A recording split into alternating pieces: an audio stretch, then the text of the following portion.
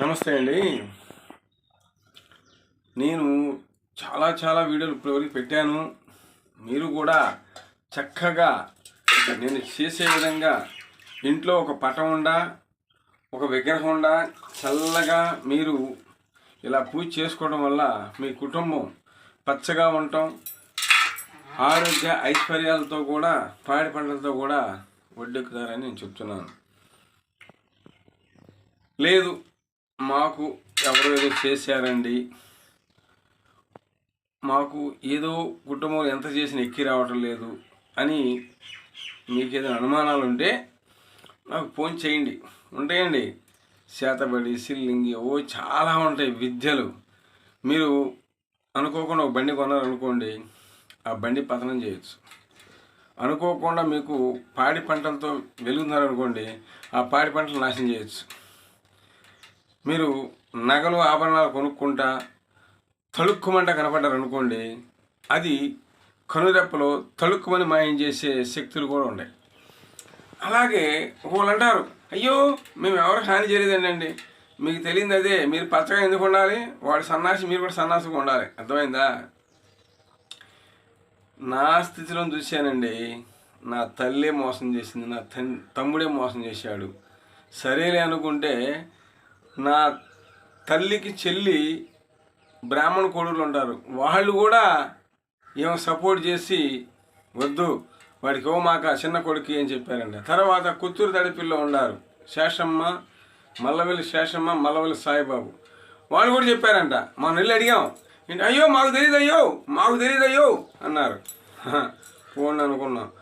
జీకొండ వెళ్ళాం, పజ్జూరు రాముడు అడిగాం, ఏంటి ఇలా అంటారు. అమ్మ మాకు తెలియదు అసలు, మాకు అసలు తెలియలేదు. 7 సంవత్సరాలు అవుతుంది మాకు వెళ్ళిపోయి ఆమెతో. మాకు చూసారా, ఈ నాగతల్లి అంటే మామూలు ఆట కాదు. చూడండి, ఒక్కసారి చూడండి, నా వీడియో చూడండి, మీ సమస్యలు రండి. ఇంకొకటి, నాకులాగా ఈ మాల సాక్షిగా, ఈ తల్లి సాక్షిగా చెప్పేది ఏంటంటే, ఖచ్చితంగా నేను పూజ చేస్తాను ఎవరికైనా సరే. మీకు ఇంత ఇది ఉందా అన్నారు అనుకోండి, మీరు రండి ఇక్కడికి, మీరు ఖర్చులతో రండి. కారు గడుచుకుంటారా, ఫ్లైట్ గడుచుకుంటారా, రైలు గడుచుకుంటారా, ఆటో గడుచుకుంటారా, బైక్ రేపటి గడుచుకుంటా వస్తారా, రండి, నేను తీసుకుని వెళ్తాను. అవునా కాదా చెప్పేస్తా అంతే. అవును అన్నారు అనుకోండి, నేను కోరినంత ఇచ్చి వెళ్ళని చెప్పను. ఈ తల్లికి ఒక చిన్న గుడి ఏర్పాటు చేసుకోండి చాలు. మీ పిల్లల తరంతో నీ కుటుంబానికి అండగా ఉంటాయి. ఎవరైనా సరే దూకండి, ముందుకి రండి. నా వీడియో ఇలాంటి దైవశక్తి వీడియోలు లైక్ చేసుకోండి, కానీ ఎలాంటి పిచ్చి వీడియోలు లైక్ చేసుకోవడం సుఖమేముందమ్మా. ఈ పిచ్చి మానవత్వం కూడా ఇది ఒక చిన్న బ్రాంక్ష. మనం వాళ్ళని నమ్ముకోకూడదు, ఈ తల్లిని నమ్ముకోవాలి. మనం ఆ డ్యాన్సులు, ఆ విషతమైన నకేకలు పక్కపక్కలు కాదు మనం పైకి తెచ్చింది. అర్థమైందా? నేను చెప్పేది యథార్థం, ఒరిజినల్ సిద్ధాంతం, వేదాంతం కాదు ఇది కల్పించుకొని చెప్పడానికి. చూసారా, ఎప్పటి నుంచి వస్తున్న వీడియోలో చూడండి, ప్రళయం ముంచుకు వస్తుంది. ఇంకా మానవులు నాశనమైపోతారు. ఇంకా ఉంది. జీవరాశులు, పక్షులు మొత్తం గతించిపోవడమే. ఇది ఒక బ్రహ్మ ఆడే ఆట, తెలుసా?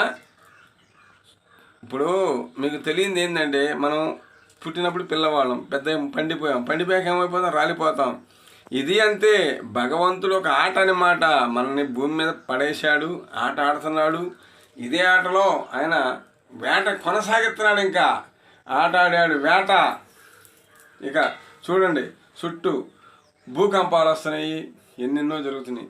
ఏదన్నా మీ దగ్గర 10 రూపాయలు ఉన్నాయనుకోండి, మాలాంటి పూజ చేసే వాళ్ళకి దానం చేశారనుకోండి, నువ్వు చేసావనుకో, నీ పేరు ఎప్పుడు స్థిరస్థాయిగా నా మైండ్లో ఉండిపోద్ది.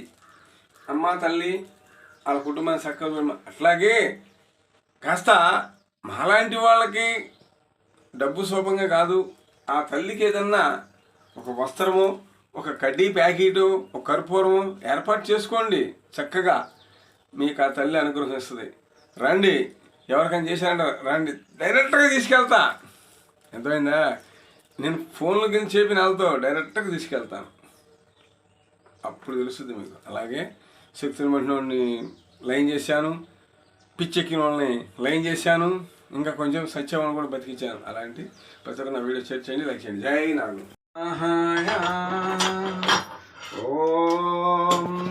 భూమి మీద ఉన్న మానవులు అందరూ కూడా ఈ భూమాత మీద ఎంతమంది అయితే జీవిస్తున్నారు, మానవులు, జీవరాశులు, నోరు లేని పక్షులు అందరూ కూడా చల్లగా మళ్ళీ బాగా పిల్లలకు వృద్ధి చెందాలని కోరుకుంటున్నాను.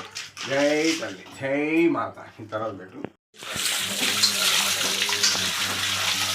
జై మాత, జై తల్లి.